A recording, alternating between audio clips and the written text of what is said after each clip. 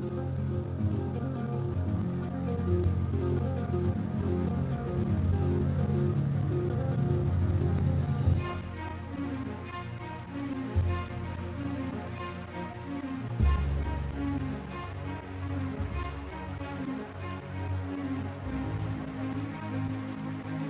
Bible is just about as wrong as it is possible for any document to be.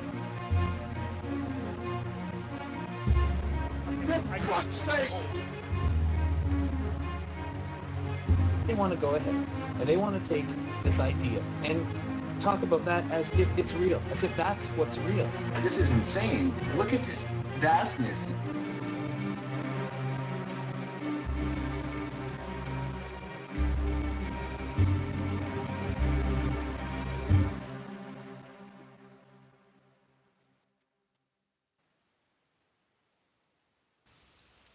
Hello and welcome to the Lion Ghost Show, U.S. edition, Season 3, Episode 2, and it is a lovely, fuck this up every time. May 19th, 2013, and the topic for this week is war. And today we have Angry Pumpkin, we have, we have Angry Pumpkin, we have the Atheist Debate, we have Donald, and we have Hogtied Champ, and I don't know what happened to, What happened to sharing? You guys there? Yeah, we were just muted. Yeah, we're just muted. Forgot I was muted there for a second. Yeah, sharing Gore, you left us. Just getting off just to make sure that you don't get feedback. Well, you can always just mute the stream for that. Well, yeah. I think. But yeah, so the topic is war. Any thoughts? Well, I'll let others discuss it for a minute. First serve, I guess. Well, okay, my view on war is in what aspect are we discussing war today? God damn it, we lost him again. In what you say? In what aspect of war are we? In general, could be anything actually. Depends on where the topic brings. I think it's absolutely appalling. It's silly, and to fight over land, to fight over, let me restate that. To fight over land that's not yours is that's not ridiculous. what war. That's not what war always is, though. It's not just about. No, I know that. Or fighting over, my personal feelings about war is that we're too much of a hatred society anymore. It's like anything and everything will cause people to go into fighting. I think we should only go to war when it's someone like Hitler. Well, yeah. Would you say a common enemy we should all come together for? That's about it. Okay. I think our response to 9/11 is ridiculous. We're creating more terrorists than we're actually getting rid of. Also, I'm bringing Lundy in. Okay. I'd just like to give my opinion. War is, while deplorable and absolutely horrible, it's completely understandable. We are a very violent species. We do like to kill each other and generally everything around us. I think the only difference between war and what we would have had, back in the Stone Age is that now we can do it on an industrial scale. Yes. And it's in our nature. I'm not saying it's good. I'm just saying that's one reason for explaining it. And the fact that people are willing to go to war over absolutely nothing is, the perfect example of that. Hello. Well, go ahead. I was gonna say hello Lundy, and hello Realistic Nihilist. What's up, guys? Also, just to note, is that picture from Blue Exorcist? Which one? Mine? Yes. No, that is from Hellsing. Oh man, I almost close. I was close. Well, Angry Pumpkin, what um what I would say is, what can we change that? In other words, you can look on YouTube in the comment section and see, whether it's um, an iPhone fan or an Apple fan fighting with a Droid fan, or a 360 fan fighting with a PS3. We naturally pick sides, and everybody else is just some other person who can be destroyed. Basically, I mean, it doesn't matter if it's a Bears fan versus a Saints fan, or Bulls fan versus a Clippers fan. Um, we segregate ourselves so much with so many different things. Can we ever change that? Well, I would say we can change that because part of being human is fighting against our base urges. I mean, yeah, part of human nature is we want to procreate, but that doesn't mean you drop your pants and just run into the women's bathroom. There is social constructs which do try to prevent us from going to war. For example, we have debates, we have democracy, we have places where people can come together and try and come to a solution that isn't just hit in face with brick. We do try and get around war. Like, we do try and avoid getting into these conflicts, and I think that's spectacular. And for the most part, we actually do that pretty damn well. That's just the thing. I think war is completely based upon social groups. If you get social group of nationalism, then that group of nationalism is against a specific sort of other nationalism of another country. It is a lot more complicated than that. There was I can't recall the study at the moment, but there was essentially a psychological study done to sort of demonstrate a very strong correlation between gaining power and becoming sort of a pseudo-psychotic in a way.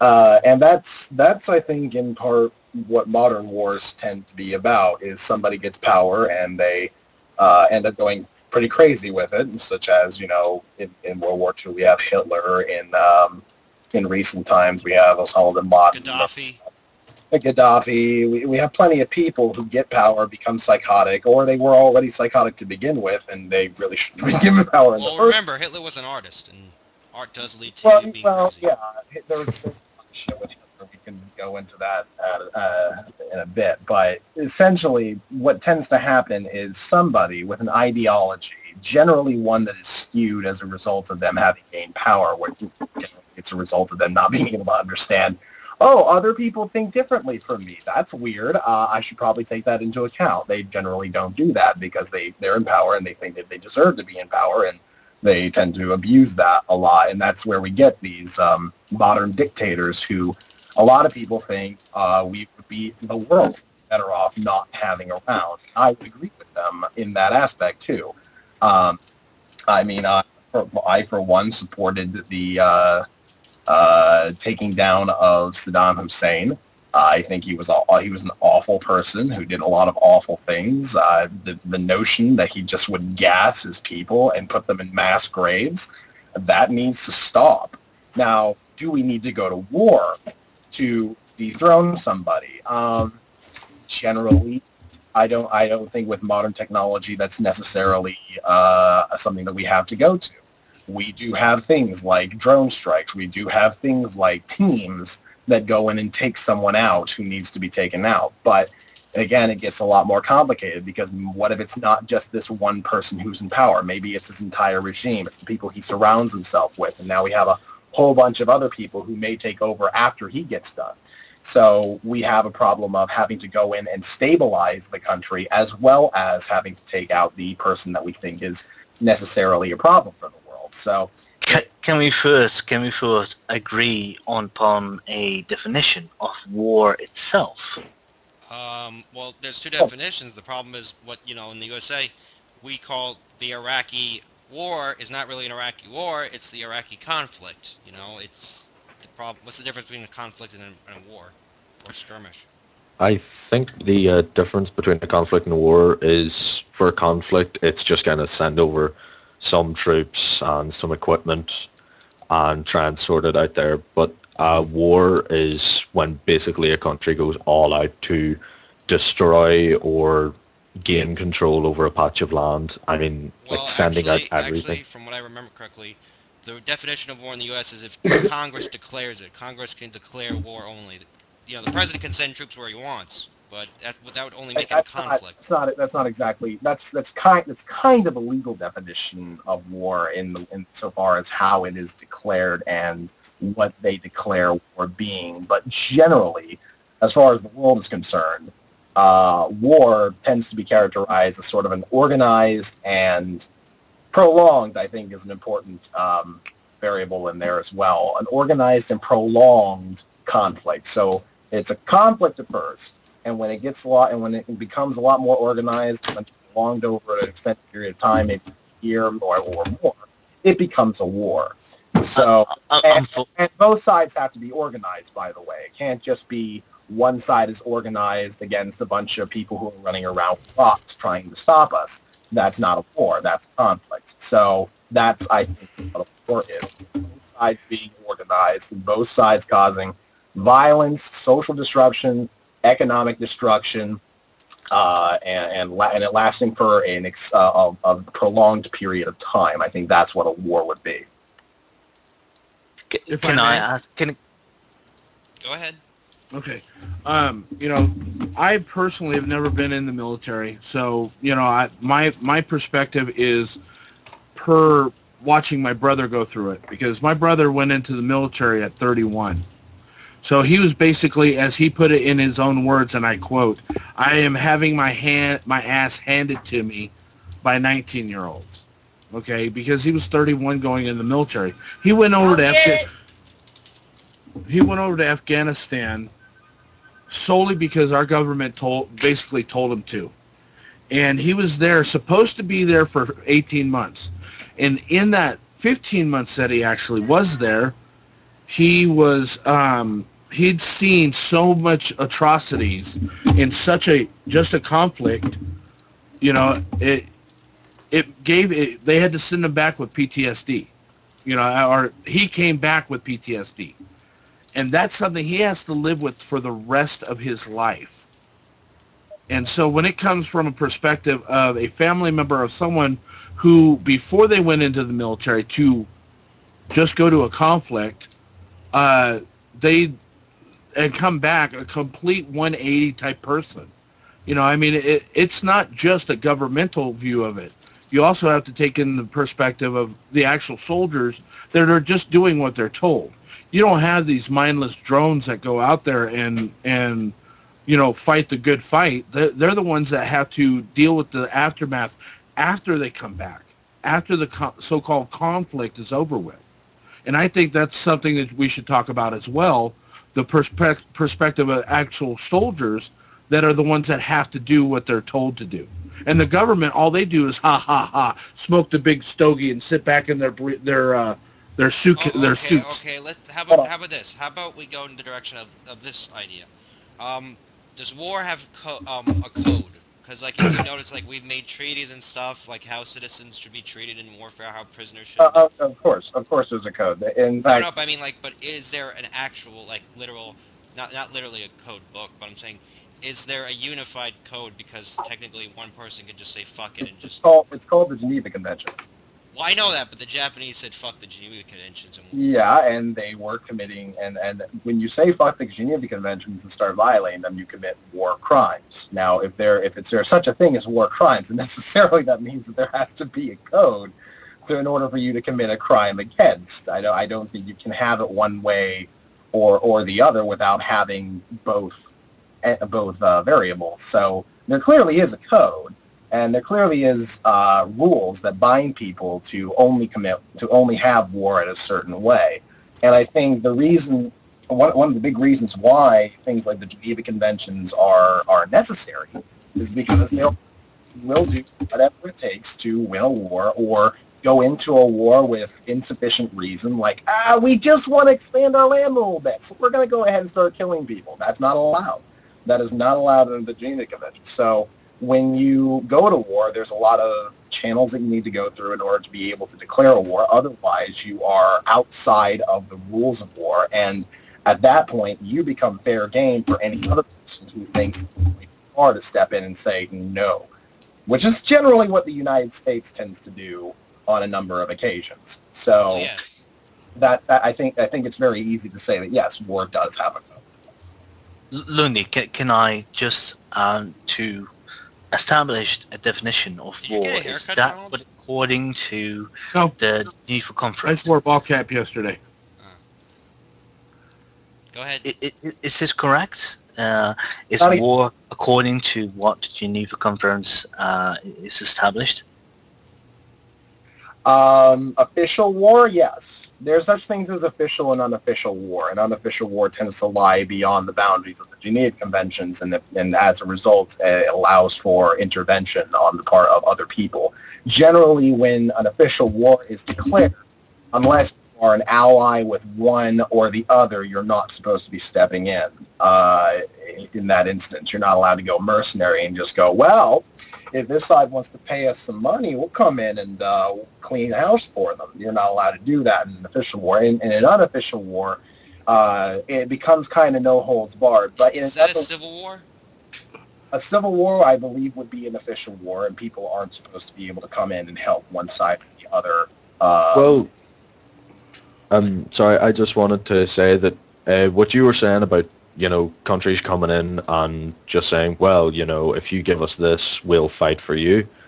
Isn't that kind of already what happens? I mean, the US, No, there's it does, but between I just want to say that there are countries that because, such and such supplies them with oil or whatever, they will go in and fight for them. yes, And then they'll basically just say, well, we saved you, so if you could just slip us something, that'd be super.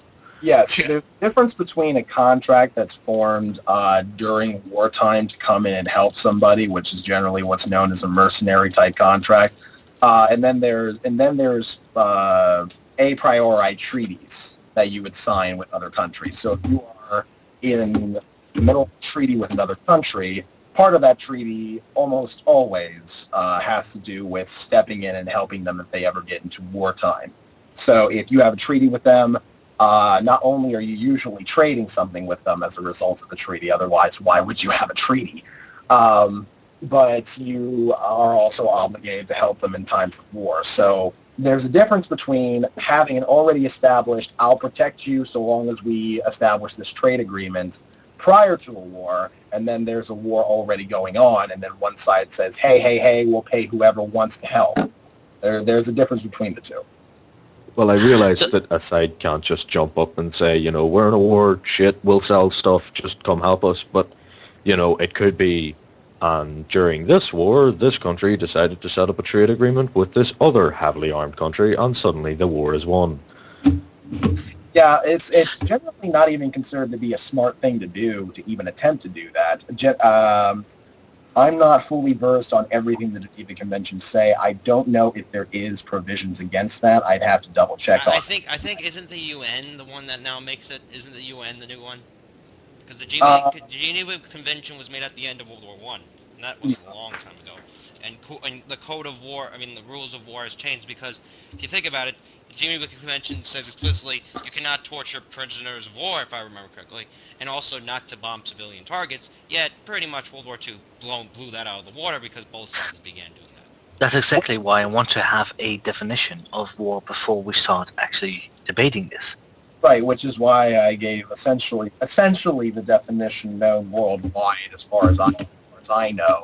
You just talked about powers. You just talked about basically organized powers, and all this Geneva Convention stuff you're talking about. Now you have this dichotomy between an official war and an unofficial war. Yeah, I was gonna say a There's a war real or a war. conflict, because the Korean War was not a war, it was a conflict because Congress did not declare. Oh wait, they did. I'm thinking of Persian Gulf. Sorry. No. Okay. Also, Lundy, if your camera's on, we don't see you. Was a declared war. It was the Iraqi war that wasn't a declared war. It was a conflict, and the reason why we were allowed to go in the first place was because the Gulf War ended on a ceasefire agreement, not a peace treaty. So after the ceasefire agreement was over, we were allowed to go back in because the war technically never stopped. But that's mainly legal parameters, not having anything to actually do with the actual definitions of war. But that's kind of the difference, and that's kind of why the Iraq war, so to speak, is considered more of a conflict, because it was just an extension of a previous war. Okay, go ahead. Hey, Lundy, your webcam isn't on, dude. Yeah. I think it's on, isn't it? You either have it covered or you're sitting in the back cave. I think I have it covered. Hold on a moment. Let me see if I can find it here. Oh, it's As long as you don't start with the red light district, then it's fine. Top of my computer, as it usually is, which is kind of confusing. So yeah, So we didn't get to a concrete definition then, or do you just want to go with the dichotomy between official war and unofficial war? And then in which context are we talking about? Are we talking about all war, as in unofficial and official, or are we talking only about... And who makes it official? I'm thinking all war in terms of both official and unofficial. When we talk about official wars, there's a lot of stuff that I'm not prepared to defend at the moment, to figure out like all the different parameters one must go through in order to have that kind of a war. So I'm just going to speak about war in general. So can we talk about the war, about the Iraqi war, and not so much like the war on drugs or something? So the Iraqi war is first, and then move on from there. Well, what about the Iraqi war? Basically, the war in such that it was a war instead of just a conflict. Right. Yeah. It was longer, and isn't there an actual time frame for it to be considered a war? Yeah, that's generally why the definition includes prolonged conflict. I don't know exactly what the time frame is, though. So regardless if it starts out as a conflict, or like Vietnam was considered a police action, but we all know that it was a war. You know, I mean, I think to save argument, we need to realize that, you know, anything longer than a certain amount of time should be considered war. Can we move it from another direction? Because can we just I got another. Can we to the point that Iraqi war was a war and something else wasn't a war? I just want to say, if we keep arguing over semantics, we will never actually get into any meat of the topic, because so far... That's exactly what I want to establish before we actually start, because otherwise we don't really know what exactly a war is. Then we're having a semantics war. Well, pretty much. How about this? Conflict, because this hasn't extended past 2 hours. Right. How about this? A war is either two nations going into conflict, or two groups going into all-out armed conflict with each other within the one nation. How's that for a definition? That's a good definition. Sure. The only issue, and this is the only issue that I have with it, is whether or not that would include fringe groups who aren't exactly like organizations per se, but more So just you mean like Al-Qaeda? sort of like Al-Qaeda, yeah. Okay. Well, for them, we can, I don't know, we'll call them itty-bitty conflicts and maybe leave them. Like, unless a war is declared. Yeah, a bitch slapping session. Just people just walking outside. I challenge you to a duel. How about we consider those, we don't consider those wars unless a war was started because of something they did, as is what happened in Iraq. Okay? Sure. Well, Good, because if So you I had find it- disagreed, I would Just have a side had of to reach strife. through the internet and slap you. Okay, well, we're good I have here, a smug face that's ready for a slapping. Come on. Don't tempt me, bro. Just going for strife. Strife, what do you see as a proper war from which we can continue? Well, actually, I had a few ideas for working. Is a revolution war, a war with a revolution, legit? Is that just, or is that a But that, effective means? you to mean the sort of like a civil war? Or what do you mean? Like somebody coming in during a revolution? Or no, like fighting for freedom. It's, Oh, it's yeah, fighting that's- freedom legit, I would say. Like fighting, like it's should you instead of fighting for revolution, instead of doing like what Mao Zedong said, win the hearts of mind of the people. Well, I think we've already which established. which I would say is less militarily action, less military action, more of a. Well, I wouldn't go off of what Mao says as being less military. No, I would say. I didn't say he said. I'm saying I say.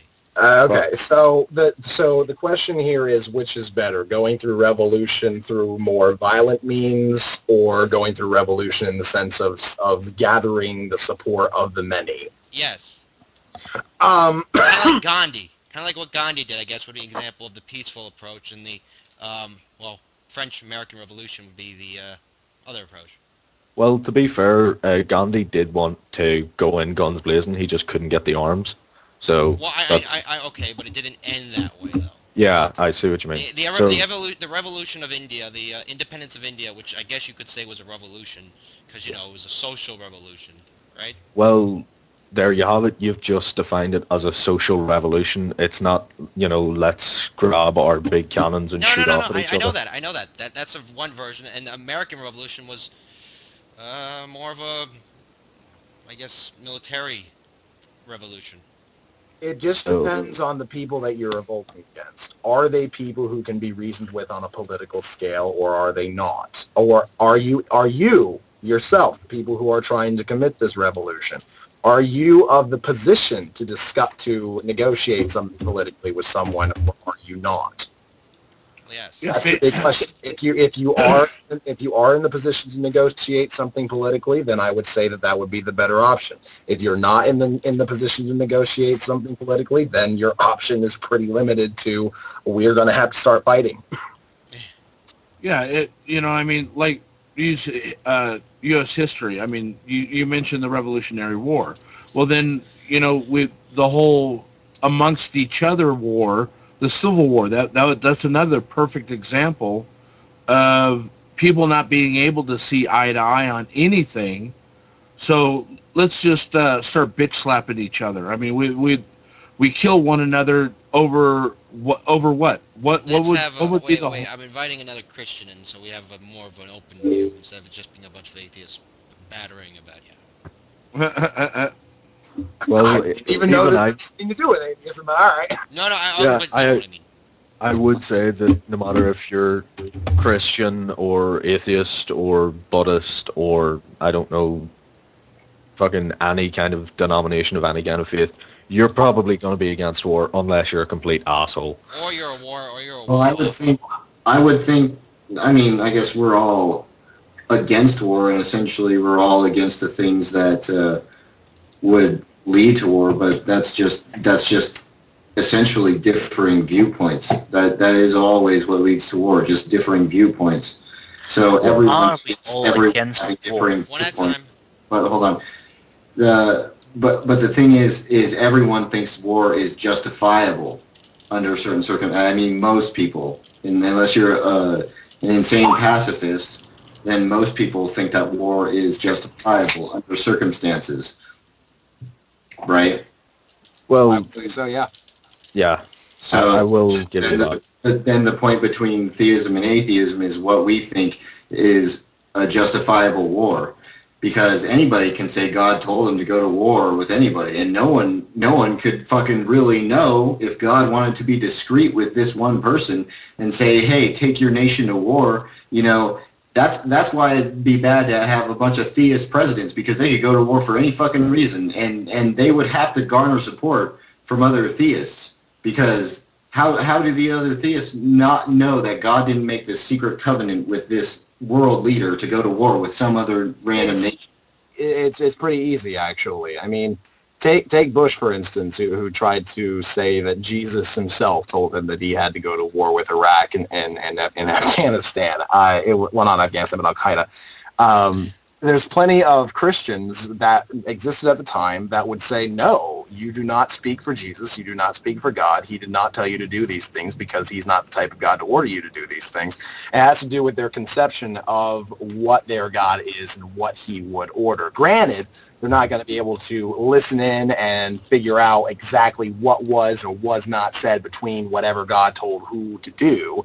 But they can at the very least look at it through the perspective of, this is my religion, you're using my religion to do this thing, and from my perception of my religion, it does not allow you to do this thing, so you're wrong in that context. That's what they could do. And that's I think the reason why we tend to only allow secular reasons for any sort of war. We don't allow people to say, God told me to do this, so it's right, because a lot of people are going to disagree, and there's no real, actual, substantive way to figure out what God told anybody.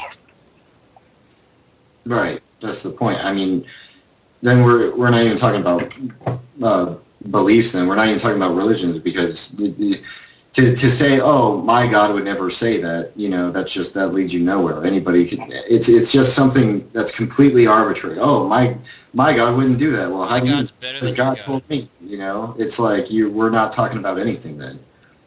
But yeah, which is why we tend to just stay away from those reasons, because you're not secular reasons. Secular reasons are the only reasons to go to war, and the only reason to think war is justifiable. Yeah. Because otherwise, it's just going to be my God's better than your God, and he'll kick your God's ass. But ultimately, if you guys think about it, we're doing the same thing on a secular level. My country is better than your country. We're more powerful than you, so we need to show what size penis we have. War in general is I'm better than you regardless. Even if it's one tyrannical country, like say Hitler, he was saying his dick was bigger than everybody else, and he's going to show it. And everybody else says, well, no, you're not. We're going to take you out. Religion and secularism in this regard is the exact same. Yeah, I wouldn't. And it is exactly. I wouldn't put it exactly in those terms, and the reason I wouldn't is because generally, what is thought of as a good secular reason to go to war is when somebody poses an immediate threat to your area. I don't consider it to be too much of a dick measuring contest in the sense of whether or not my life is in danger by not having any sort of conflict with these people and allowing them to do whatever it was they were doing. What was that quote? First they came for something, I didn't say anything. Oh, that was from Glenn Beck. First they came for the banks, then they came for the housings, and then they came for the Jews, and I think that was it, right? Did you not just attribute that to Glenn Beck? No, I know, but his was hilarious. That's why. But okay, Lundy, I think your mic just... One at a time. Donald, go first, then Angry Pumpkin. But do you see what I'm saying, though? I mean, it's not just a religious thing that's doing the my daddy's better than yours. It's the fact that we, like, I believe it was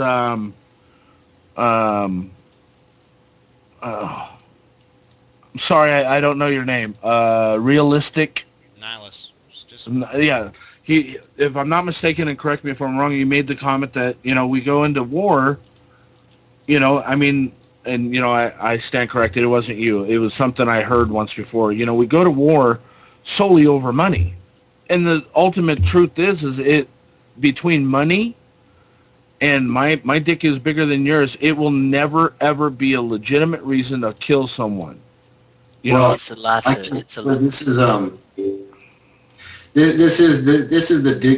big distinction between what I'm talking about. I'm talking about, because I'm not just talking about why we go to war. I'm talking about why we feel war is justified. Because there are circumstances under which we all think war is justified, and there are only arbitrary reasons to think that war is justified, as far as religion is concerned, but there are actual facts that you can go by in secular reasoning.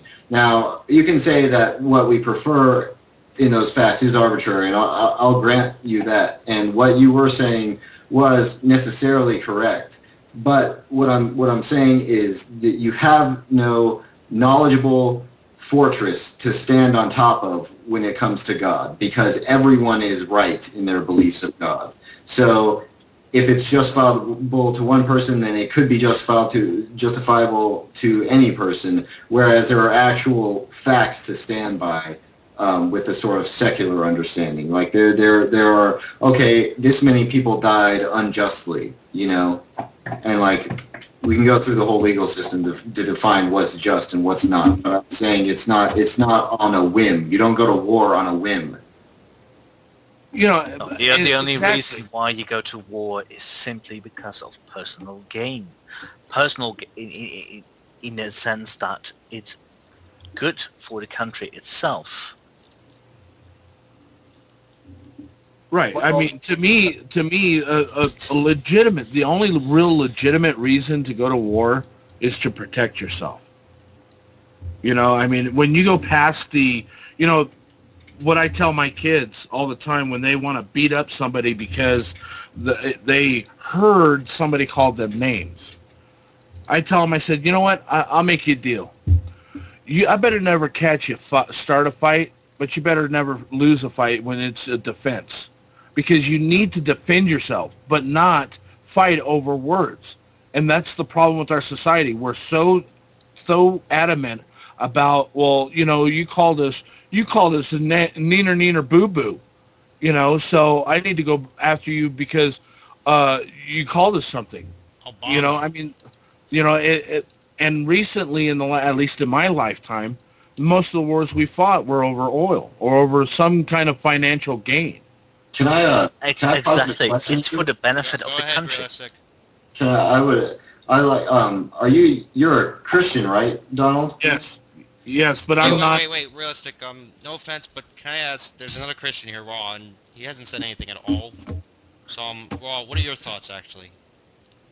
On war? Yes. Uh, And then Realistic can go right after you. the Bible has a lot to say about war. I mean, Your own opinion. War is justified when needed. I would say that unfortunately, we live in a world where unjustified wars have been fought, and people have died in vain at times, many times. And but when it's justified, when there's a legitimate reason, yeah, it's justified. So that's my opinion. I think that's the meat of the problem, though, is just what exactly is meant by the word justified when it comes to the context of war. I want to. Wait. Realistic goes next. I think he can go next, so go ahead. Well, this is a key point, and this is interesting that any Christian, because there's a little exegesis from the Bible from one verse. I don't remember exactly which verse it is. I could probably look it up, but it's like a pacifist verse. If someone slaps you, turn the other cheek, and Jesus said that. So your model, your icon, is telling you never to defend yourself. That's within the group. It's within the Jewish group. You have to turn the other cheek. The other cheek is a slap in the face for Romans. Romans have a certain hand that they wipe their asses with. If you turn the other cheek, they have to slap you with the hand that they have to, do their asses with. I think that's the Therefore, left hand. yeah, exactly. That's why they turn the other cheek, because you have to use your hand that you're not supposed to use for it. Yeah, that's, if I may interject too, that one verse, I mean, you could take any one verse out of the Bible and say this is my doctrine, you know what I mean? But you'd be incorrect by doing that. Yeah. There are many wars that were justified in the scriptures. You know, Jesus even said, you know, I didn't come to bring peace, but a sword. So He even told his disciples at one point, go and buy a sword. That's why it's really, really hard to talk about war in the sense of religion, because it's not exactly possible. Because one side of the argument is that Jesus said this, and the other side is the Bible says this. Both of the sides are covered by the Bible. Exactly. So there's no one way to look at war on a religious aspect. Now, So realistic. You were going to ask me something. I apologize. I didn't mean to interrupt, but just understand before you ask me any question, I'm not like every Christian you've ever met. All right. Well, I mean, I don't know. I'd have to be more inquisitive as to your specific belief set. I mean, I think I've met Christians that don't necessarily adhere to everything in the Bible, because I think that accommodates everyone. It's you're a moderate, basically, right? I guess, I've been coined that once before, and as I understand it, yeah, basically. But, there's some other things that I consider myself, which nobody does unless they know me. I'm a rational, logical, skeptical Christian. And I know that's an oxymoron in the atheistic community or atheist way of thinking of Christians. I do question my Bible. I do question things when it comes to, like the Old Testament and the New Testament, but that doesn't stop me from believing in God. Because it's all personal. So you're not a Christian then, you're a deist. And I've been called that too. Well, you have I don't like being labeled, except for the fact that I look at it from, we had a discussion the other day about that, about how when it comes to surveys, it kind of pisses me off when they only have one form of Christianity on them. So well, then you just call yourself a deist.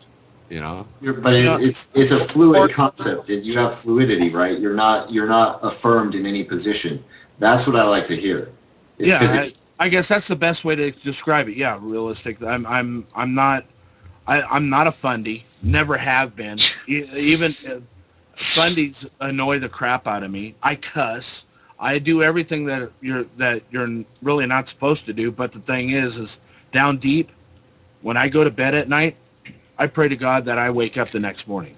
So, and I know on the logical side of it that some people laugh at that, but that's my way of dealing with my life. So, well, I could ask you a couple of real quick questions and decide for you if you like whether or not. Well, I've been asked those questions before. That's why I'll answer them. But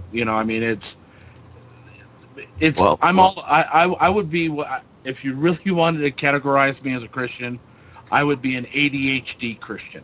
Okay, well, you're the one categorizing yourself as a Christian, no one else. Yeah. I mean, you said I am a Christian, but then you in the same breath said that you doubt the scriptures and you're skeptical of the Bible, and so not all of it, just some. Well, of it. he's not a literalist though. That's the thing. Yeah, I'm not a literalist. Well, what part of it are you skeptical of? Like, how did two people populate the world? How men live to be 900 years old in the Bible. Okay. Hold on. You're jumping way beyond. Wait. Could we we're not having discuss this after the show on the after show? Oh, I think this is a better war than the one you're talking about. No, because I don't, and I'll be the first one to admit, I don't like having theological discussions because I can only answer from my own perspective, and if that doesn't answer your question, then that's an issue that you have to deal with. Not saying you specific. I didn't get to ask you the question. No, not. I'm saying that on a general forum. The reason why I don't have theological discussions is because my answer doesn't necessarily fall into the person's questions, what they want to hear from me. So I would prefer just stick on the discussion we're having. So yeah, I think Ra likes to define Christian the way he likes to define it.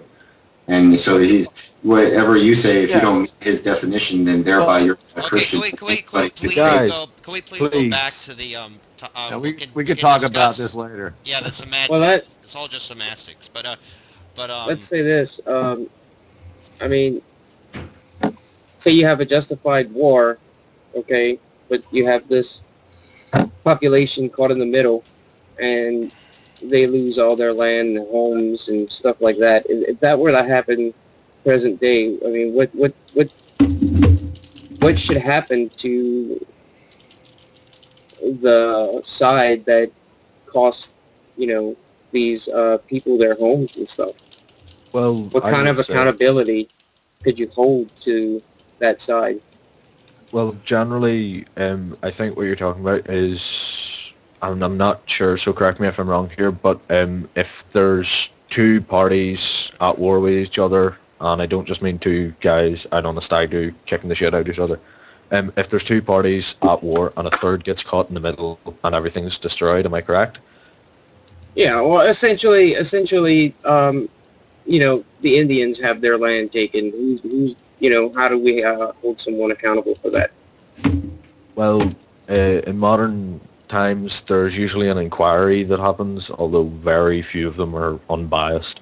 But there's an inquiry that will be done to find out, what happened, who fired this missile that hit this place, what was the effect of that, how many people died, and then after that, the parties involved will have to meet and agree on terms to help recompense for that loss of land, life, property, etc. As far as I'm aware. So I could be completely off the fucking radar with this one. Generally, there does have to be some sort of reparations paid to the people who were not actively involved in the conflict. Non-combatants, they're generally referred to as. If they're non-combatants and they're negatively affected by the conflict, then there has to be some sort of recompense paid to them in some way. Sometimes that's not done in any sort of justifiable way because a winning party may not want to give up whatever it is they gained from the war, and they would have to do so in order to give that recompense, so there's a little bit of an issue there.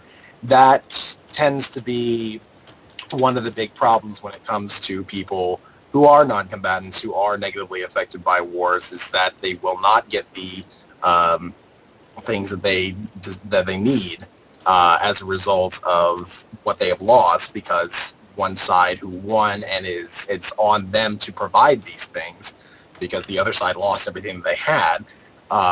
It's on them to provide these things, and they don't want to provide these things, so they'll be a part of the inquiry boards, and they'll limit as much as they can the amount of stuff they have to give up as a result of, well, we won the war, so we deserve to have all this stuff. It's a horrible thing, and it happens, but I think what ought to be done, at the very least, is that we should, when these inquiry boards come up, when people start asking what should we give to these people who have lost things that did not participate in this war, we need to populate those inquiry boards with people who are not going to be biased one way or the other, people who are not from either country or don't stand to lose or gain a whole lot from going one side or the other. That I think is the best option there.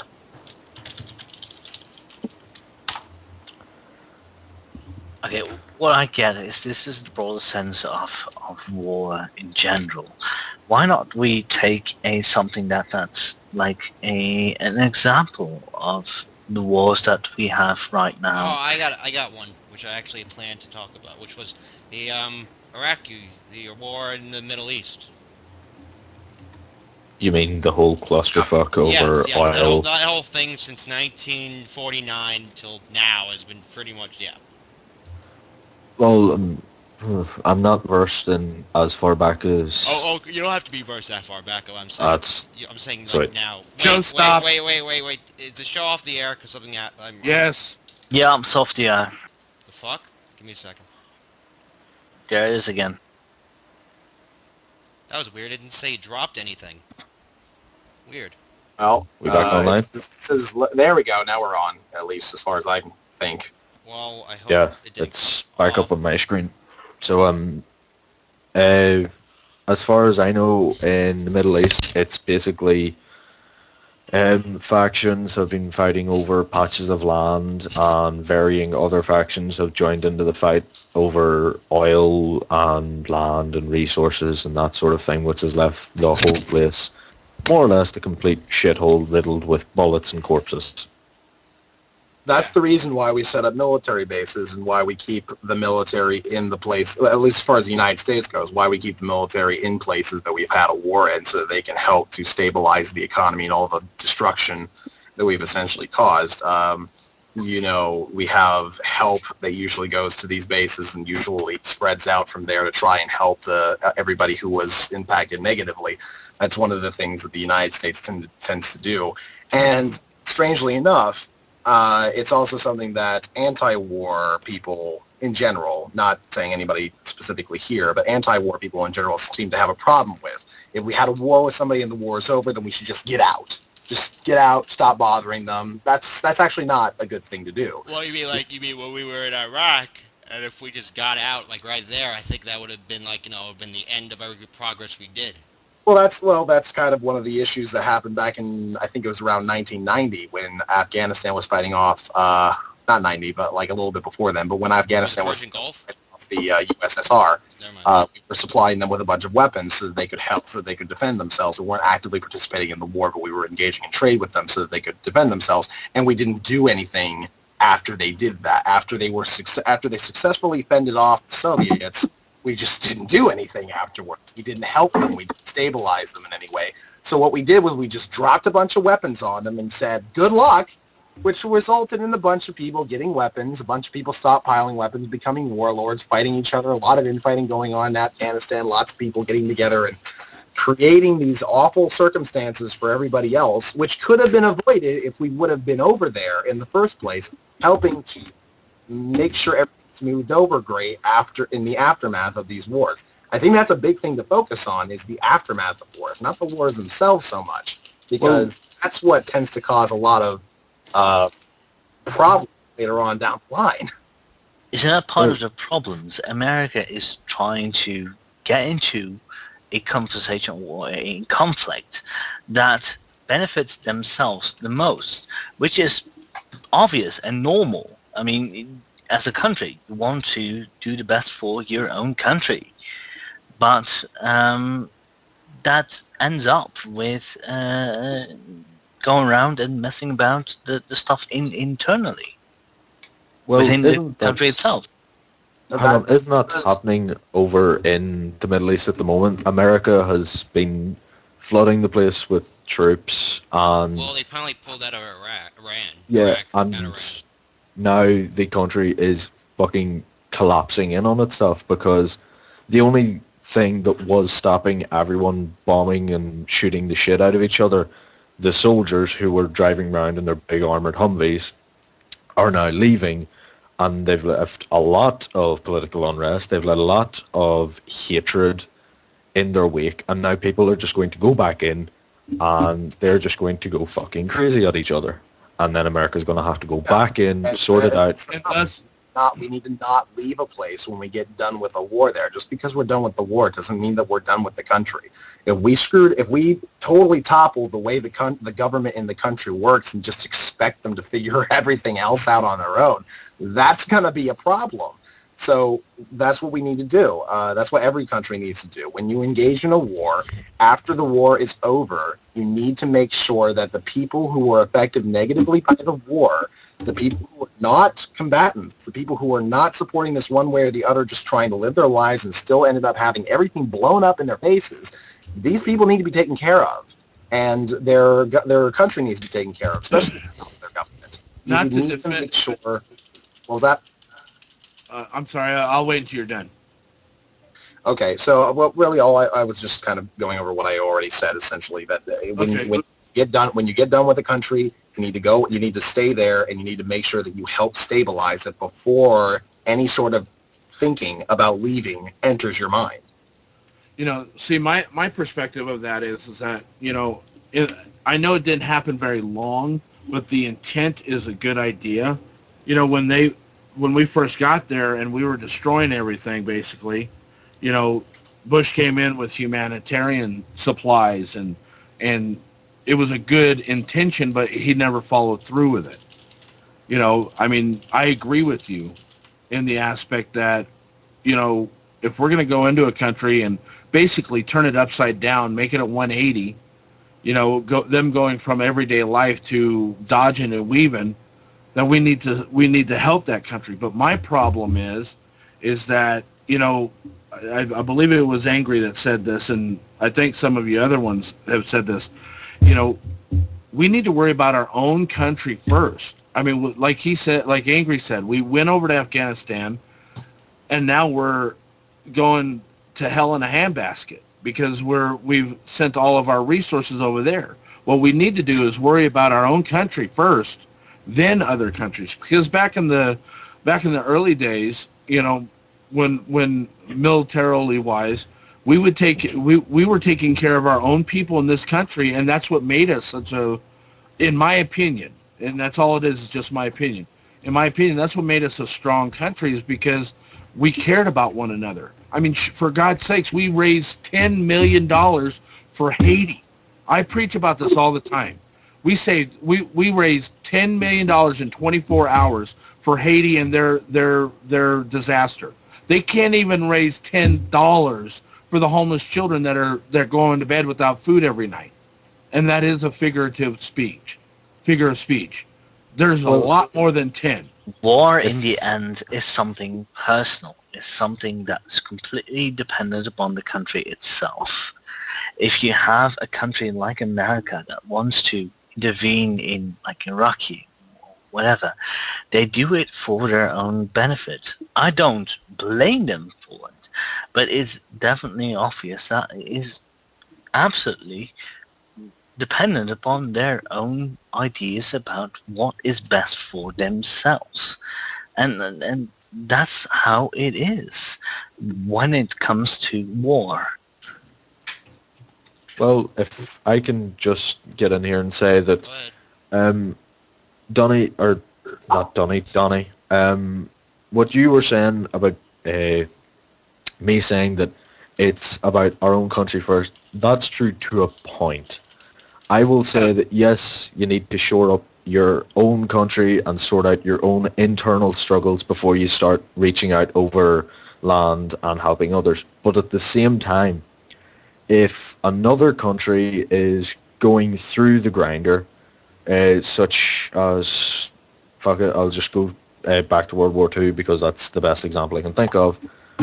Poland went completely shit-faced because the Nazis came in, they rounded up the Jews, and they just pushed them into the camps. Wait, remember the Russians helped them, though, so pretty much Poland was both sides. I know, I'm sorry, but it's kind of late, and I'm kind of baked, but... well, no, I see what you're saying. I see what you're saying, and the United States was in the Great Depression during that time as well. You know, that's what tried to bring our economy up, was going to war. Some countries, that them going to war is not going to help them. Yeah, you know? But that's what I mean. A country can't fucking go to war if their own... You know, like I say, to use an analogy my father used to use, is you can't build an extension if the house has fallen in on itself. Right. You can't move out if your own country's falling apart. So if your country's in a state where it can reach out and help another country, it should. If it isn't, it shouldn't. Right. I agree. I mean, like right now, we should stop worrying about everybody else's conflicts and start rebuilding our country, and we're not. We're too busy up someone else's butthole. Can I ask you, Pumpkin, why would we bother ourselves with the influence of other countries? Because if you help a country, it becomes your ally. And considering the way global warming is affecting food, and this, again, is something my father explained to me quite a while ago, he said that when the next world war will be fought over food, because crops are failing in close to the equator because it's getting too damn hot to grow the crops. And when that happens, there's countries like China who have the manpower and the armaments to just force its way to get more food, and it will happen. You mean a resource war? Can I assume in that case that war happens before the personal benefit of the country? Specifically for the country, you have a war. Yeah, well, China, it produces, it takes in a lot of resources, it makes something out of it and sends it off. That's how it's building up its huge industrial complex. But if it can't feed its own people, it is going to have to push out. And I know China's not the best example because it can't feed most of its people, and it's pretty much a fucked up dictatorship, but it's what I've got for now. Thank you. I absolutely agree. But more thinking about, let's say the Second World War, why did America end up going into war itself? Why did it get into war and try to help the Allies? Can I answer this question? Well, pretty much during World War II, we all know that the British were the ones pretty much taking on the Nazis, and America knew about that. So America began getting involved in the war early on by sending arms and freight to Britain, which helped Britain survive the Blitz and stuff. Indeed. So eventually, though, the Japanese had their own empire growing in the Pacific, and they attacked military bases that the Americans had that they wanted from the Spanish. No, the Japanese. Yeah, the Japanese were attacking American bases, which they won. The Americans have won in the Spanish-American War, which was only 40 years earlier. No, that's not what happened. What happened is essentially there was sort of this unspoken agreement that the U.S. was one of the allies without actually formally declaring it. And Hitler had attacked France via Belgium. And what ended up happening there was kind of a tepid response due to Neville Chamberlain's hesitance as the Prime Minister of the UK. When Britain finally got involved, the U.S. was helping them with supplies, but not helping at all with the war. But once Pearl Harbor happened, Roosevelt had already instituted the draft. It was already a foregone conclusion that we would go to war. But once Pearl Harbor happened, it was an excuse for us to really go to war. And, we declared war on Japan immediately, but also on Germany the next day. So it was a foregone conclusion that based on economic interest, the U.S. was going to have to go to war because of the American... I absolutely agree with you, Sam. I absolutely agree with you. It basically, just in general, America went to war because for its own benefit. And I don't blame them for that. It's absolutely what I agree with. But... when you get into the entire religious debate that comes around with it, it ends up with what is best politically for a country to get into a war, and not so much that religion is a part of it. It's hard to say whether religion was a part of World War II, simply because it's not, it's not a religious conflict. It's very complex because there were so many things and it's hard to disentangle. A lot of people try to say, well, it was because Hitler was evil, but if Hitler was evil, we would have gone in earlier. It came down to the fact that we had money on the quote unquote democratic capitalists, those being the British and the French, to a large extent. We were sort of odd bedfellows with the Russians simply because forgetting the name of the pact that I don't want to say it's the Warsaw Pact because I feel like that's not correct. You mean the pact with Hitler they had? Yeah, with Hitler. It's not the Warsaw Pact because that was a World War I treaty. But the point still stands is that it was entirely economic in terms of the way that the alliances ended up, simply because the major trade partners You have to remember at this time that China isn't an actual political entity. Instead, it's got sort of this pseudo-state type of organization where there are spheres of influence. So it's all very complex, and it's not straightforward, good versus evil the way the media always tries to portray it, because it's ultimately our money versus their money, sadly enough. Well, I know And I absolutely agree that with you. Sorry, I was just going to say that since we're going to try and come up with a reason for why certain wars started, the best one I can think of is World War One, which basically sparked off not because someone was assassinated by a member from a different country. It basically sparked because all the European countries were so intent on fighting and conflict and had been going for so long that they came up with the shittiest way to stop it possible, which was they would create these kind of pseudo superpowers where everyone would have huge stockpiles of weapons, and this would be the deterrent to stopping that. Mm-hmm. Well, agreed. I mean, I hate to bring it back this early in terms of my scholarly career, I guess, if you could call it anything. But my 8th grade teacher wrote a word on the board. This is when I was 14. He wrote a word. He goes, megalomania. He wrote that on the board, and he tried to explain that it was all the ego of these countries. Yeah. Because that was the first instance where we had these economic empires. Especially if you look at the Austro-Hungarian Empire and the Ottoman Empire, which were not strong states but strong economic entities. What do you mean? Wasn't the Ottoman Empire by then was dying? It was an economic downfall. But it was only held together by trade agreements. It really wasn't held together by a strong central state, and that's the reason it was dying to an extent. But World War I, even more than World War II, is just a classic instance of economic modalities affecting war, because there was no reason for the U.S. to enter World War I. And they went in because they were shipping tons of weapons to the UK, and they figured there's money to be gained by killing people.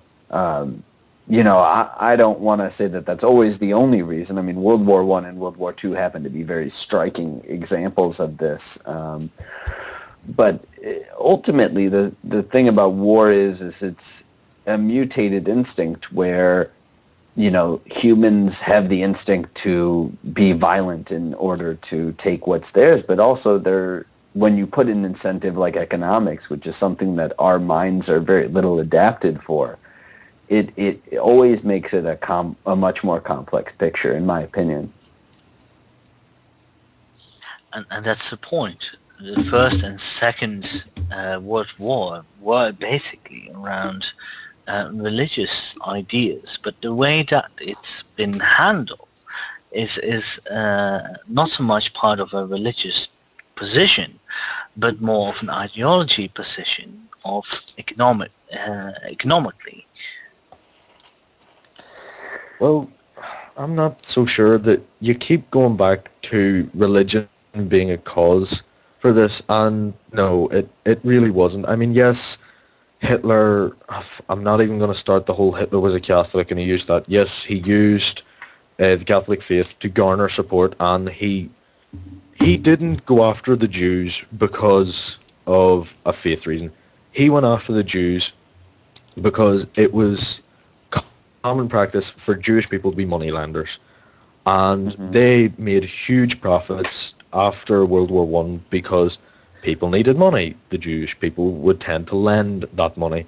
And don't forget about anonymity. And don't forget about the classical stereotype of the Jewish moneylender, because Jews became doctors and moneylenders because those were the dirty jobs. It's viewed as sullying one's reputation to handle money or blood.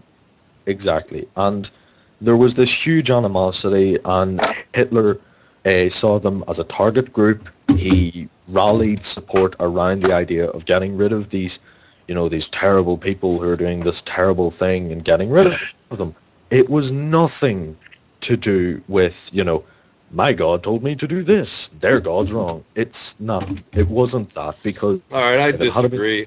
I disagree wholeheartedly with that, because, you're not facing reality, because the result of the persecution of the Jews ended up in the state of Israel being born. So in that way, it has a lot to do with it. You can't deny.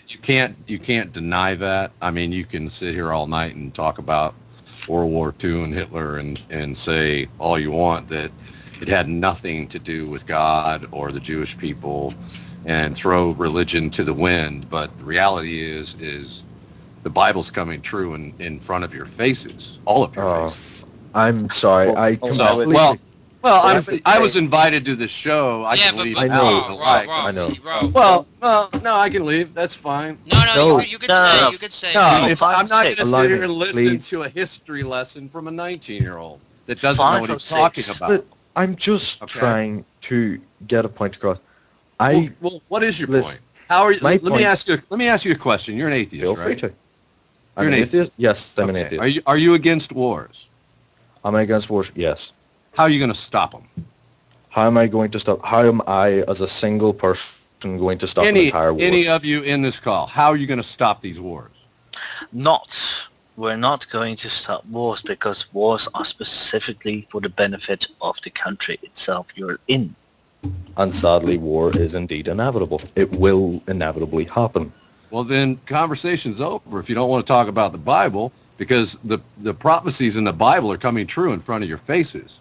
Wake up. That's exactly why I'm trying to get into the entire Syria, Damascus, about the idea Syria, Damascus was around. That city was populated ever since the time of Abraham.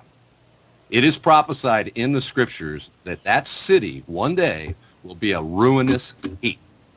And no one will be able to live in it. Have you seen the news? Have you seen the... No, I'm not making these predictions. The Bible is.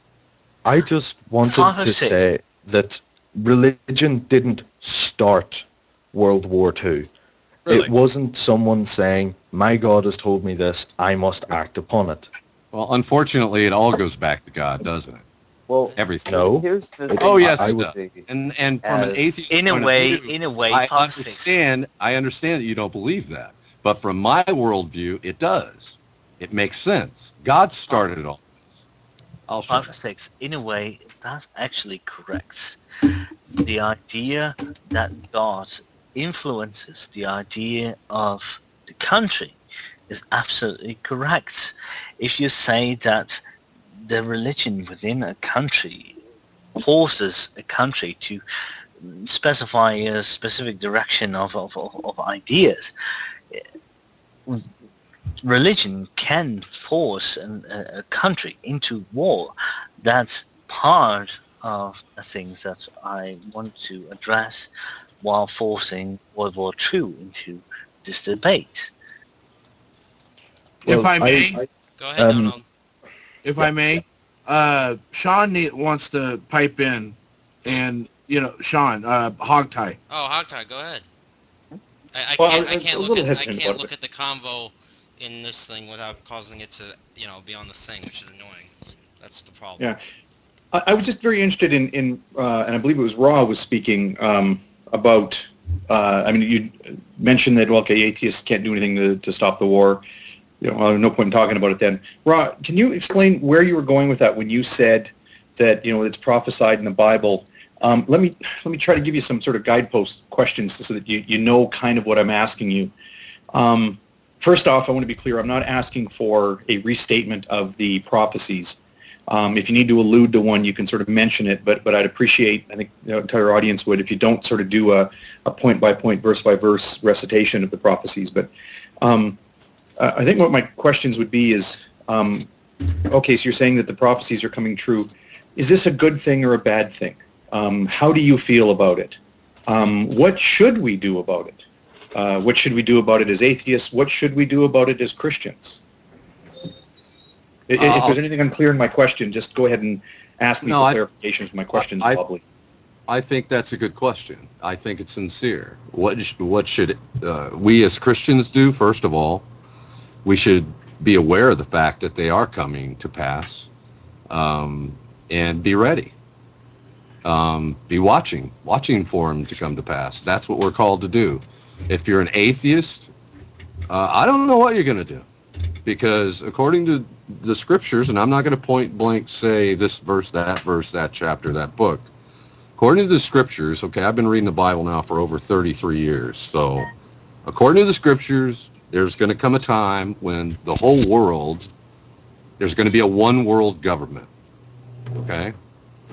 And there's going to be this thing called the mark of the beast. You're not going to be able to buy, sell, or trade anything without this whatever it ends up being. I would strongly suggest you not take that mark, and repent and turn to God and cry out to God. That's the only thing you can do. There is no stopping it. It's like a runaway train with a brick on the pedal. So. Okay, well, let me, and I want to try to paraphrase for you back to what you're saying, and I would like you to correct me if I've got it wrong. And actually, I would add, too, that, okay, you're saying Christians need to watch for it, that you're guided by Scripture to, watch the signs, as it were. You say atheists, well, I don't know what you're going to do. I would think that atheists should also watch. Atheists should pay attention to, the papers and political discussion and pay attention to what's going on in the world. I don't think there's any sort of theological or atheological limitation on people paying attention to what's going on. But I'm asking, what should people do about it? So I'll agree with you that Christians should kind of keep the periscope up and pay attention. But what action should be taken? There's nothing you can do except to turn to Jesus Christ. That's it. Okay. Well, I'm sorry. Uh, I just want to interject, and I'm sorry to cut across you, Hogtie, and please take over. You're going to say what I'm going to say. Go ahead. So you're saying that when the shit hits the fan, we just need to sit there and do not a damn thing? Oh, I think it's worse than that. I think he's saying, and I want you to correct us if we're wrong here, you're saying that even before the shit hits the fan, that while the shit is brewing to eventually strike the fan someday, we ought to sit and watch the signs and not take action. No, I'm saying that most of you, according to the scriptures, okay, according to what Jesus himself said, most of you will do nothing. You won't do anything. You won't even see it coming. And it says the same thing in the book of Daniel. You said I could point to verse. I'll point to one, chapter 12, verse 10 of Daniel. And what it means is you're not even going to understand what's happening. So you're in trouble. Okay. Now's the time to repent, not when the stuff hits the fan, as you put it. If I may. Go ahead. Yeah, go ahead. The one thing I would agree with, Raw, is the fact that, yes, it says in the Bible what's going to happen and what the stages are going to be, but every generation, and no one can argue this with me without needing to give me more reasons to not see it this way. But every generation believes that the dictator in their generation is the Antichrist. Hitler was considered the Antichrist. Saddam Hussein was considered the Antichrist. Currently, Obama is considered the Antichrist. But in the Bible, about the mark of the beast, there are certain things that are putting into place, such as the V chip.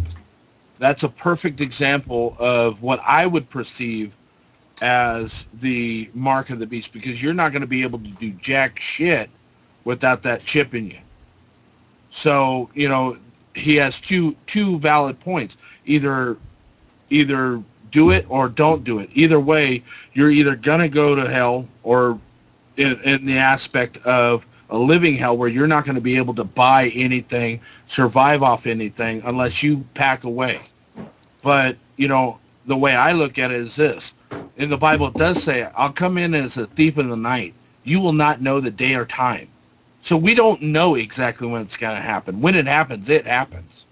It was also predicted to happen in the very first day of Christianity. In the early days, everyone thought the world was going to end, which many argue is the reason no scripture was really written down until hundreds of years after.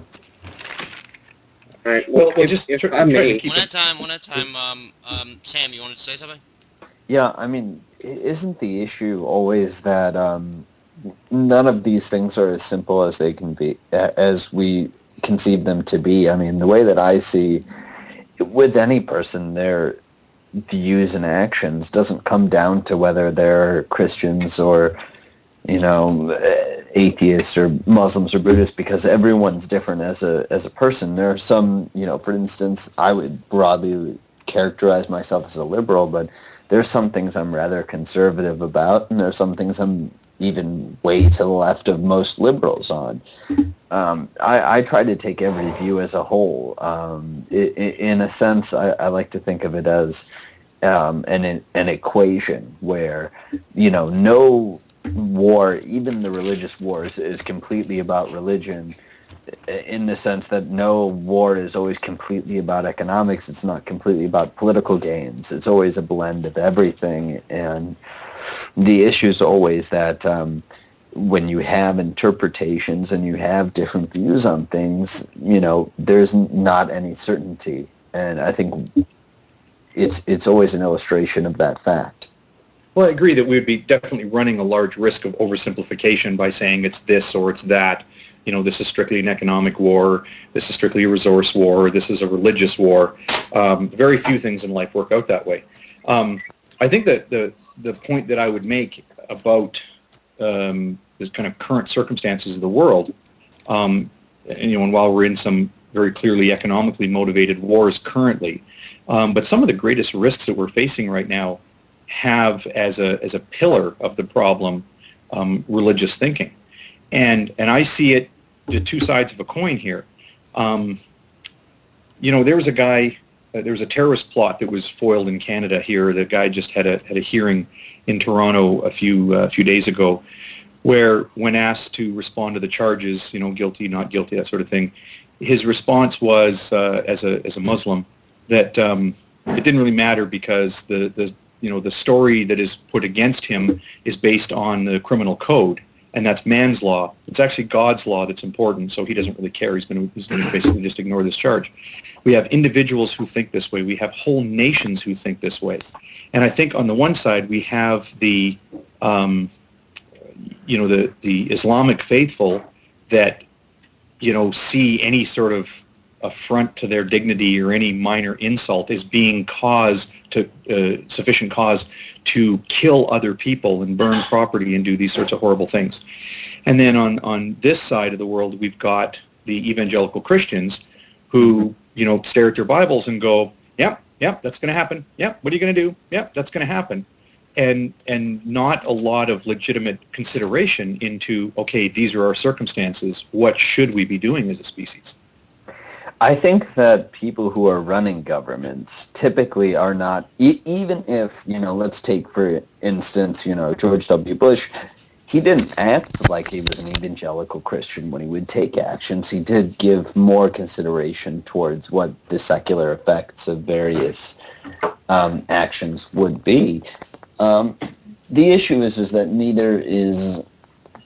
nothing is monolithic in terms of how people view things. There's always 1,000 different sharded views over what people are saying, and that's always what I try to get across, is that it's never universal. All right, if I may. Mm-hmm. Go ahead. Based on what Ross said a second ago, people have been saying the world's going to end. Looks like, every 20 to 40 years, sometimes more frequent than that. And the only thing that I see that has any sort of prediction quality is evolution. I just want that to be said. So, correct me if I'm wrong in this, but are you saying that the only way we're going to know if the world's going to end is if life, and I can't think of the word. The next step in the evolutionary ladder of humans arise and basically cast us into the void, as it were. I'm saying that the only way we'll find out if the world's going to end is through science, not a book. Yeah, I suppose we're more likely to be consumed by hellfire firing forth from an atomic warhead than from some crack in the ground, to be honest. See, my perspective of it is this, and this is how I ultimately look at it. Our society, or not our society, but our time on this planet is not infinitesimal. Okay, what are you going to do if a comet the size of Texas hits us? That's a global disaster. Can you stop that? No. So worrying about these people that come out with May 21st of 2012, the end of the world's going to happen, or 2012 or 12/12/12, that's going to be the end of the world. Nobody knows when it's going to happen, and stressing over it is not going to help your health. You know, I got to interrupt you there, Donald, because you made a very strange comparison. You know, there actually are rocks in space that are whipping around at incredibly high speed, and they actually do collide with the planet now and again, and there's a legitimate risk, although it's quite small, that there's a planet killer on its way to us right now. Now, what are we going to do about it if there's one the size of Texas that's 3 days away from hitting the Earth? Nothing we can do about it. If there's we one, send Bruce Willis up and he'll blow it up from the inside. You betcha, Bruce Willis. But if there's one that is 17 years away from hitting us, and around then, by the way, is when we expect one to actually pass within the in between the Earth and the Moon, within that radius. I suppose we do a little more math and find out, like, no, this thing's going to smoke us. You know what? We got 17 years. We might be able to figure something out. We might not, but we can take a crack at it. There is no valid basis for comparison to say, and I agree, by the way, I'm not arguing with you, because I agree with you that for people to fret about the nonsense is a tremendous waste of time. So then, we've got scientists who are looking to the sky to see whether these rocks are out there, but then you've got Harold Camping and these people that are selling all their property and killing their pets. I mean, there were people who, before the big, so-called judgment there last year, actually euthanized their own pets so that the pets wouldn't have to survive without them after they were raptured. Wasn't there someone who also, do you remember, who killed their children? Yeah, I was just going to say, do you remember May 21st or the day before? There were people that were killing their children because they didn't want them to suffer, and it never happened. I had not. I had the pet stories. I have seen mainstream media confirmation of it. Actually, I'd appreciate if anyone could share a link with me too, because that is the sort of thing. Did people actually kill their kids, or is that just kind of an urban legend? May 21st or December 21st? Well, it was May 21st was the date of judgment. And then when it passed, he said, "Oh well, that we were silently judged," and then the actual end of the world would be 6 months later. When would that be? This is unrelated. September, I think. It was the November date. I think it was September. Well, 6 months later. But in any case, it's that would be later. I think November. I think Donald's right. But in any case, just keep in mind this is unrelated to any of the December stuff. It's unrelated to the convergence of the center of the galaxy and the sun and Earth, and unrelated to the Mayan calendar. Stuff. Okay, that's what I thought you were talking about at first, and I thought just the date was off. That was December 21st of last year. You're talking about y'all were talking about the rapture. Yeah, Harold Camping was somebody who his entire source for that stuff is looking in the Bible, and apparently skipping over the part that Donald had referred to about how no one will know the day or the hour. Somehow he does have a response to that in his website, but it doesn't matter, because at the end of the day, sometimes he makes people money. He doesn't give a shit. $10 million in the 18 months before May 21st. Yeah, he's fucking scum, and people that do that are snake oil salesmen, and should be delivered a swift kick to the bollocks. Well, do you think he believes it? It's the same thing that goes fucking for hope not. psychics and shit. I mean, it's the same thing. Did you guys? Anybody here for the on the Magic Sandwich show the very brief and cordial argument between me and DPR Jones on whether or not these people believe this stuff? I think Harold Camping actually believes that we were in the end times. I think he was seriously confused when the world didn't end. He's like, what? Let me He's let me also ask an you- old- let me ask you a He should question, take Sam. a sign and, stop doing this shit, maybe. Raw, what do you have to say? Go ahead. No, I wanted to ask Sam a question. Do you believe that one day you're going to die? Yeah. Okay, so you think it's foolishness to consider where you're going to be spending an eternity? How is one question connected to the other? Well, we're talking about the end collectively of the world. I'm just bringing it point blank to you. Instead of considering, the end of the world or the end of the age, like we were discussing, that obviously the false prophet, proclaimed and missed. Oh, you talking about Stephen? What? I mean, no, I'm talking about. He's talking about the rapture god. Camping. I'm talking about camping. Yeah, anybody that picks a date, don't listen to them. You're not going to see it coming. Just like you're not going to see when your death date comes. Wait, I didn't thought it you was also actually say in the that- Bible that if you claim to know where the end of the world is, that was an unforgivable sin. No, Also, didn't no, it you doesn't say that. not too long ago say that we will see the signs? You were predicting No, in a I'm way, saying in a no. loose way. Why I'll was admit. I not? One at I a didn't time, one at say a time. we will. I said we are seeing the signs right now. So you're saying it's predictable because there are signs of it's coming, Yeah, we know the season. and yet We don't know the day. Listen, the day or the hour, but we do know the season.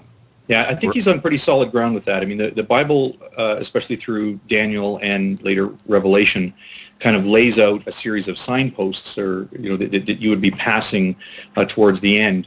But it's so you know what comes next, but it's the when that is left explicitly mystery.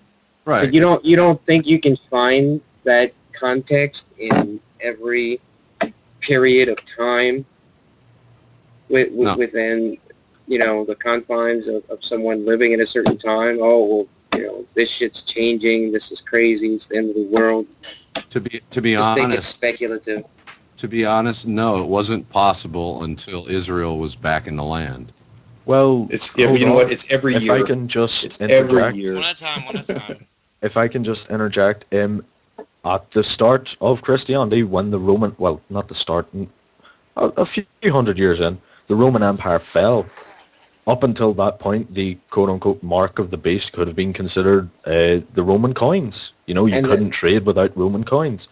That's my And- point. yeah. It's all speculative. That I mean, the proof is every single end of the world prophecy that's ever existed.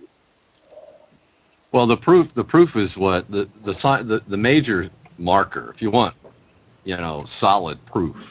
Okay, Daniel said that there's going to be this abomination set up. Okay, and Jesus talked about that. He pointed to Daniel and said, when you see this come to pass, that this thing that Daniel was talking about. Okay. Yeah. What So- exactly? Can you give it specifics of what exactly we see before the end time? Well, we're seeing wars and rumors of wars, number one, right now. We're seeing... which happens all the time. Yes, that in fact does happen all the time. The one thing that we're witnessing in the Middle East, though, currently is kingdom against kingdom, nation against nation. In other words, they're going to rise up against themselves, overturn governments. Question in Which has between happened in the questions past. 5 or 6. Why is it that the kingdom against kingdom is not exactly like atheism against Christian in America? Isn't that pretty much the same thing?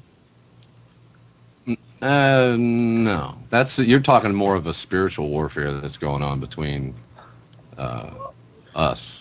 So Well, you're of saying course, it There's has to another be- kind of warfare. I'm pretty much asking specifics. I'm asking the specifics. Why is this the end time compared to, I'd say, in about 100 years?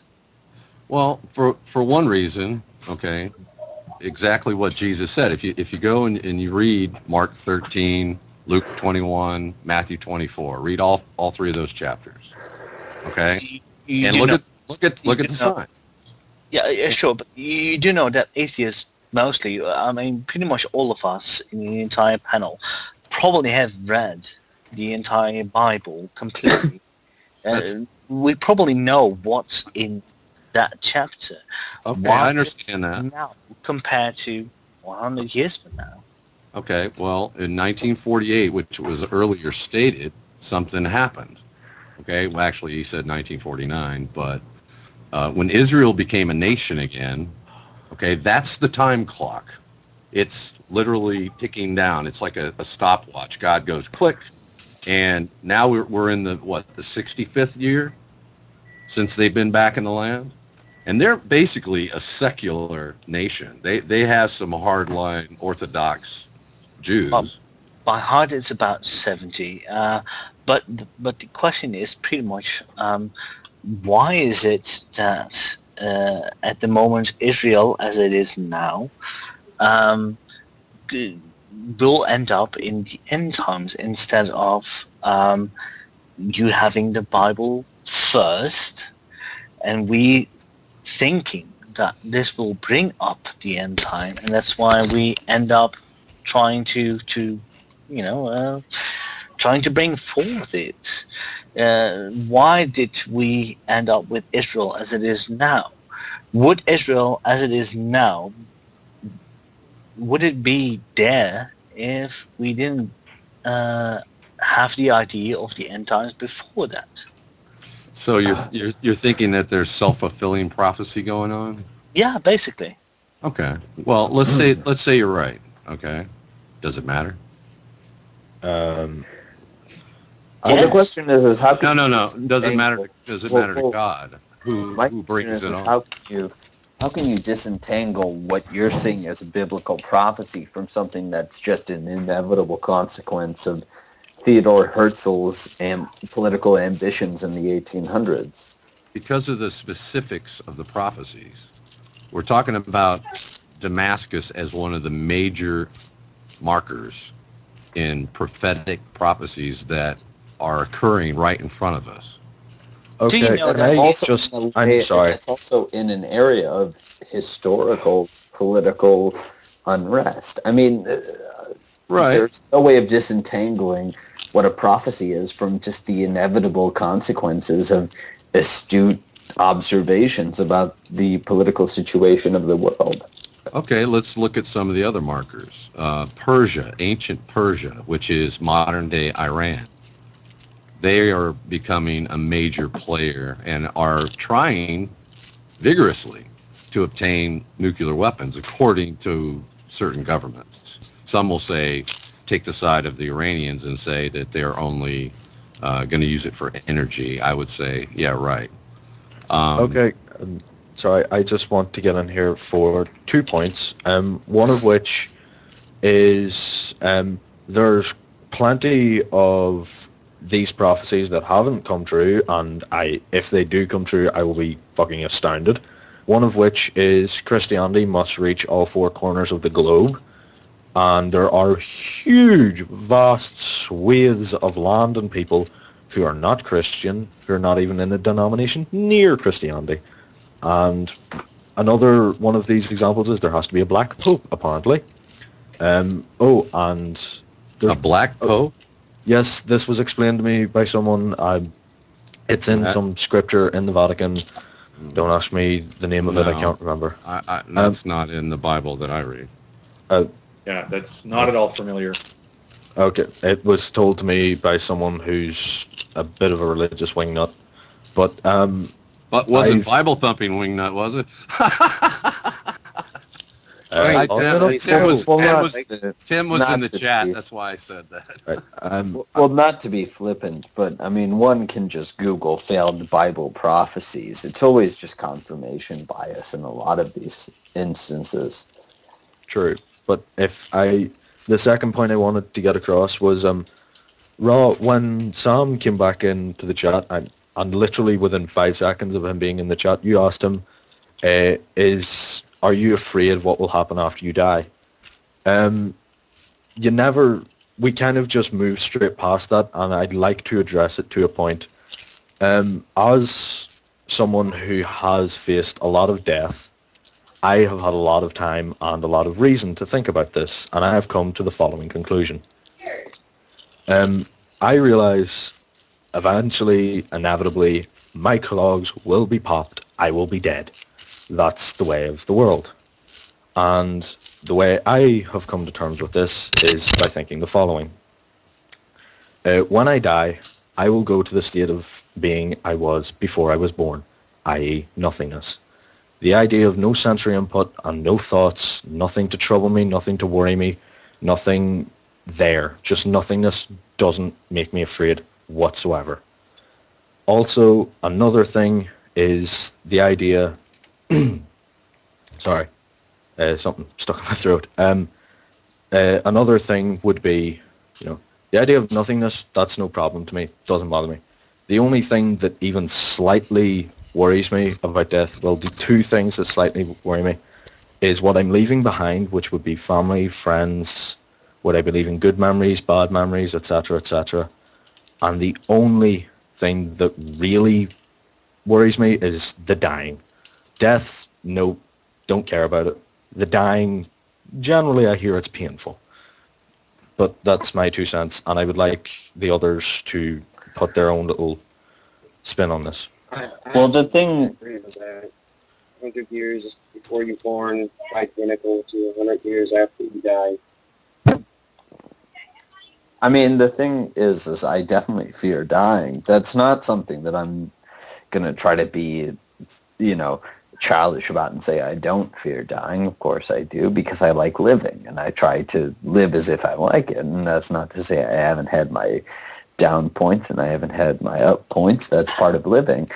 But the thing that I take from it, that I don't think most Christians take from it, is the fact that I only have one life to live, and when push comes to shove, I got a lot of ass to kick before I'm done.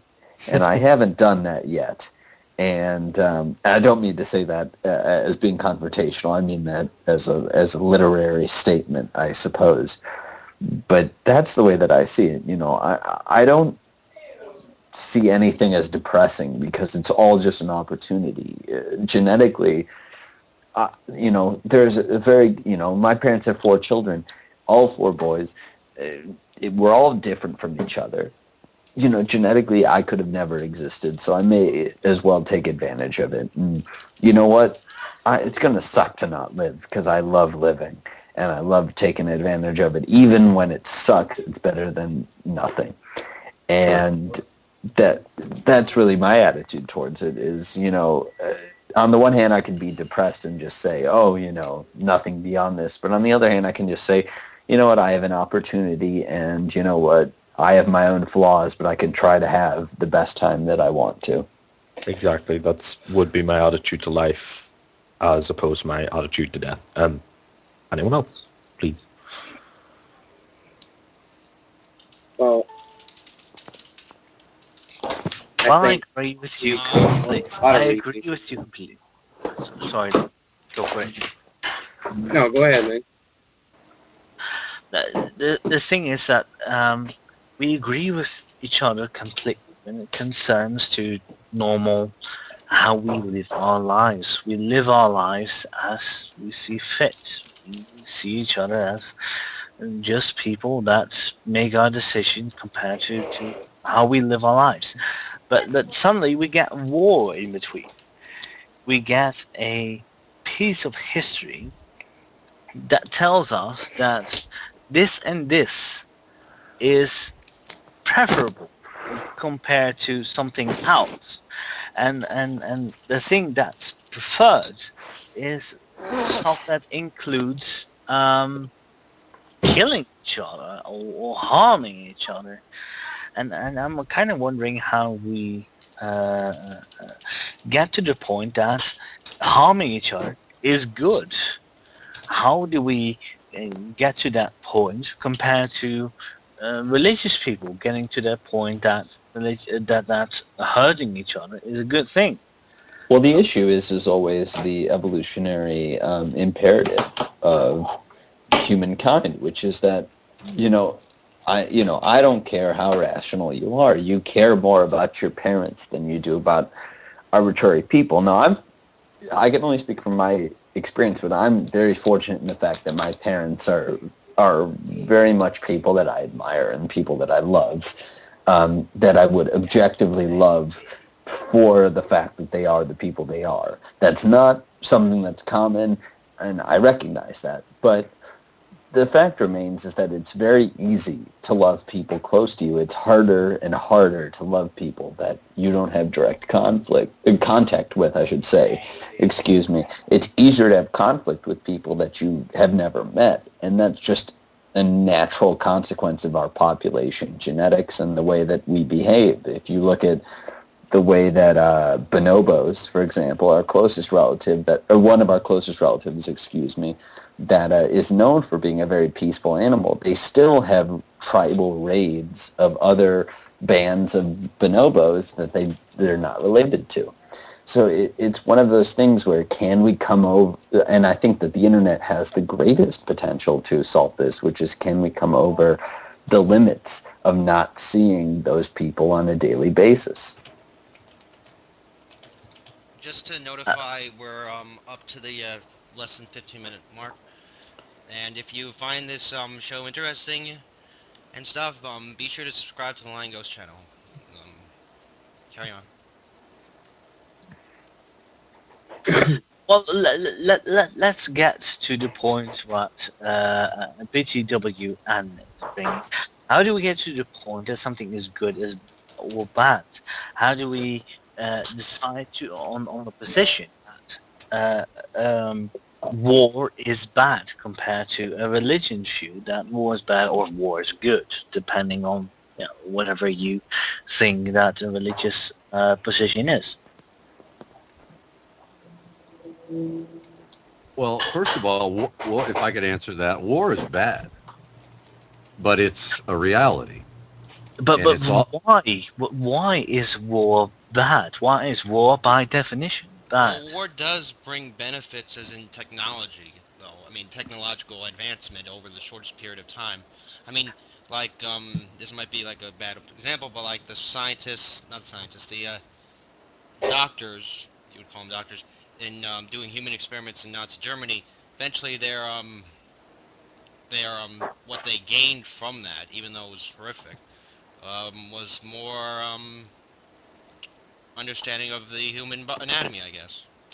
Yeah, exactly. It was not a good thing.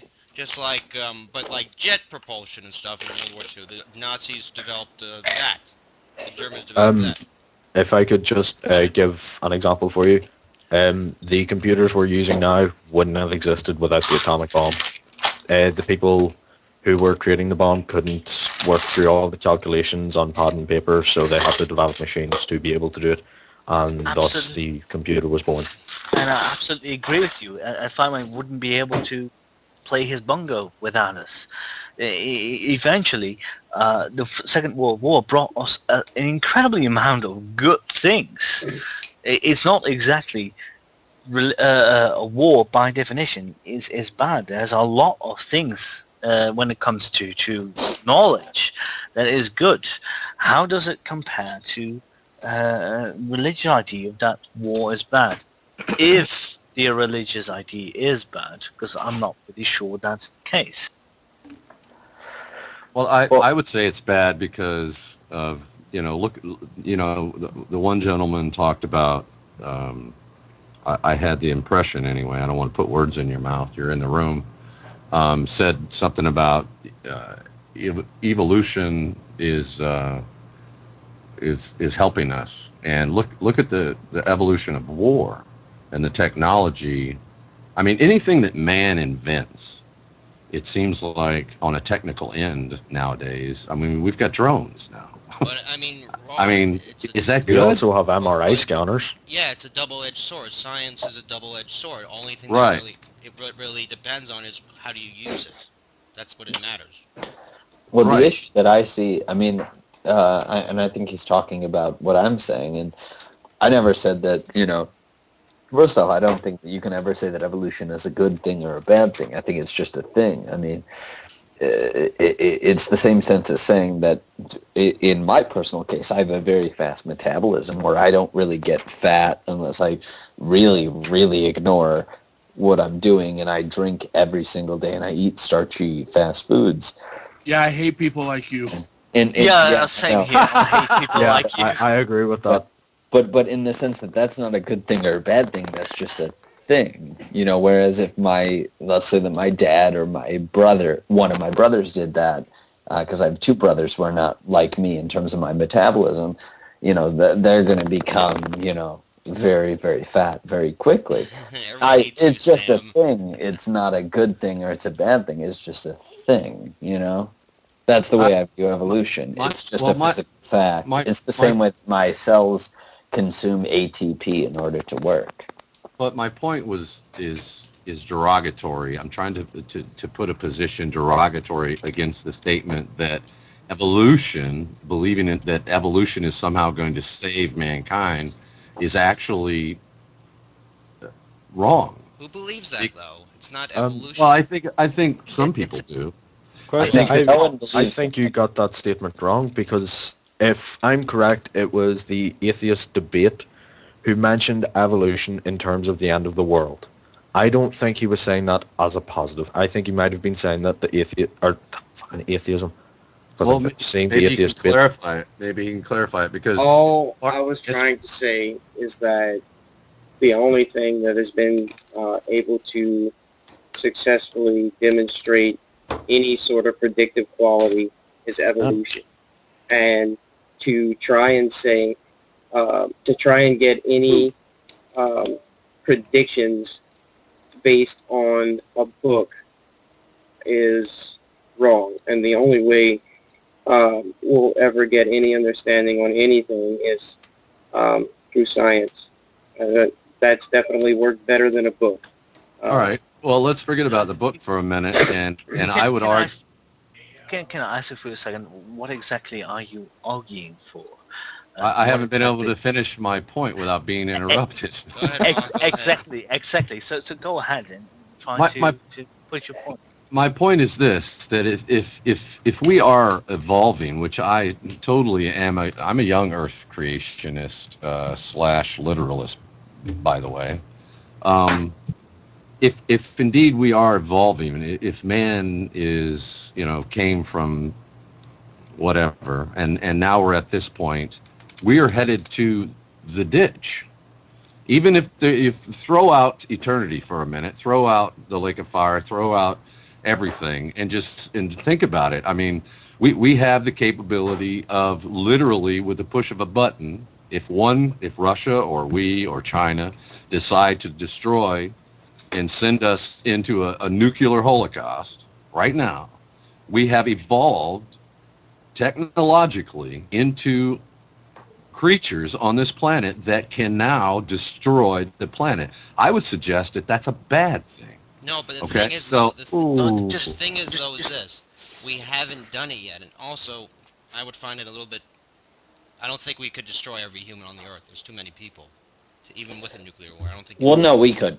That's first off, mathematically, it's easy. Mathematically, it's easy in terms of the amount of hydrogen bombs that we have in just the United States. We've crashed the world over 10 times. People would survive. It would not be like you'd get every single human being. Oh no, everyone would die if we launched every weapon. That's not it. Well, not really, because the Russian metro is one giant bomb shelter. Sorry, it's a mischaracterization of evolution, that evolution says anything about modern society. You have to recognize that evolution takes a number of generations to take place, and also high selective pressures. We don't know what the selective pressures are right now in terms of, who, on the one hand, we can speculate, but we don't know. And that's the issue, is that we are not selected against as a human, as a species, the same way that we used to be in the back age, and we can't take away our heritage. in the same way that, can know... Wait, react on that. Shang, before you go, can we do final statements and then we can continue this in the after show, if that's okay? Ooh, Because we got 5 minutes and, yeah. So, may as well. Donald, go first since you haven't said anything in a long time. Okay, well, thank you. Basically, my view on the whole war topic is I think we're, and this is basically my view on just about everything that happens in humanity. Once we set aside our differences and start getting to care about one another, wars will dissipate. I mean, I know this is going to sound so Trekkie in nature, but it's true. Once you set aside your racial diversity, not diversity, but your distaste for other races, religions, school of thoughts, philosophies, we'll have a peaceful existence on this planet. And I know a lot of people are going to look at it. Well, he's just a Trekkie and he's out in La La Land. But some of the things that are in Star Trek are the truth. You set aside poverty. You set aside monetary demands. Yeah, monetary demands. And start helping one another. The society will get better on its own. It'll fix itself. And that's all I got to say. Okay, Hogtie, since you haven't said anything second as much, I guess. Yeah, I just happen to notice I haven't been following the text chat, and I see is that Bible Thumping Wingnut has come in with some entertaining presuppositionalist nonsense. I wish I'd paid attention to that. Maybe he'll come into the after show or something and we'll gab.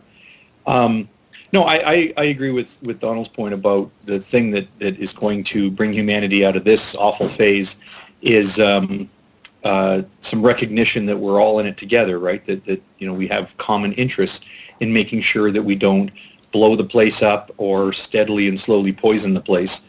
I agree that that's an important big step. I think the thing I would say that's probably a little contentious is that the fly in the ointment here that's really messing things up is that we're kind of held back from coming to embrace each other because of religious dogma.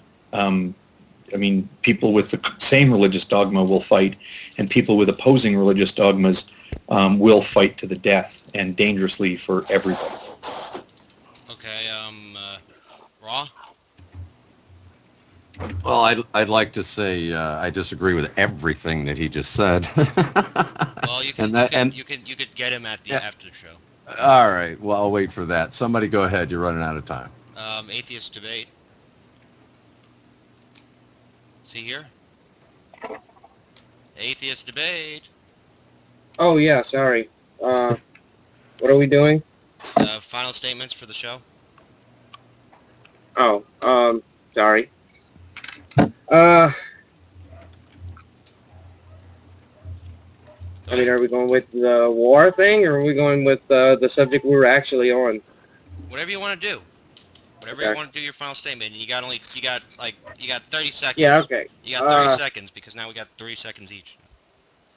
I was just trying to say earlier that I don't think we should waste time looking for any kind of predictions. That was it. I just used evolution as a way to say, it's the only thing that's capable of getting any sort of result that even slightly resembles what the result that Raw is trying to go for.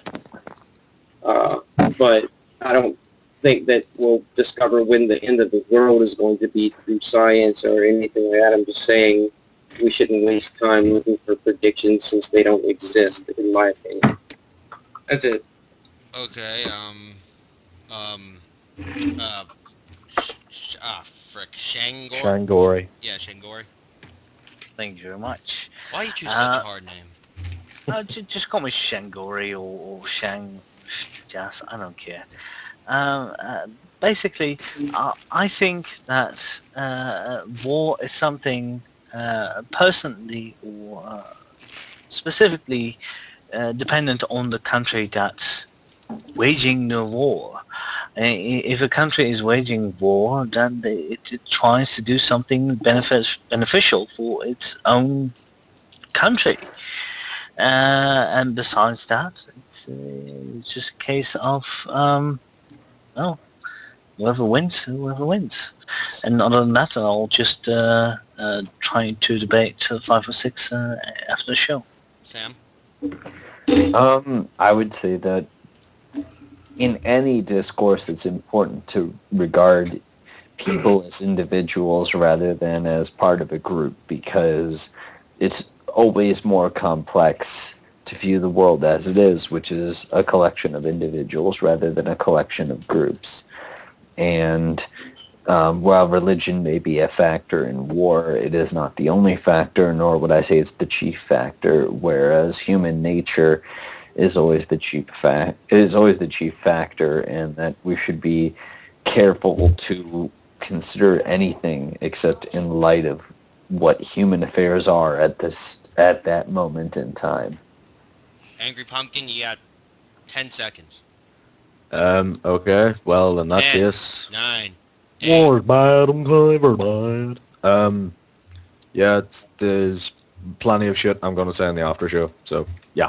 Okay, and thank you for watching, and tune in for the after show in 10 minutes. And be sure, if you favor the show and support it, to subscribe on the YouTube channel, which I'll post in the chat. So see you in 10 minutes. And there we go. So now we're off. We're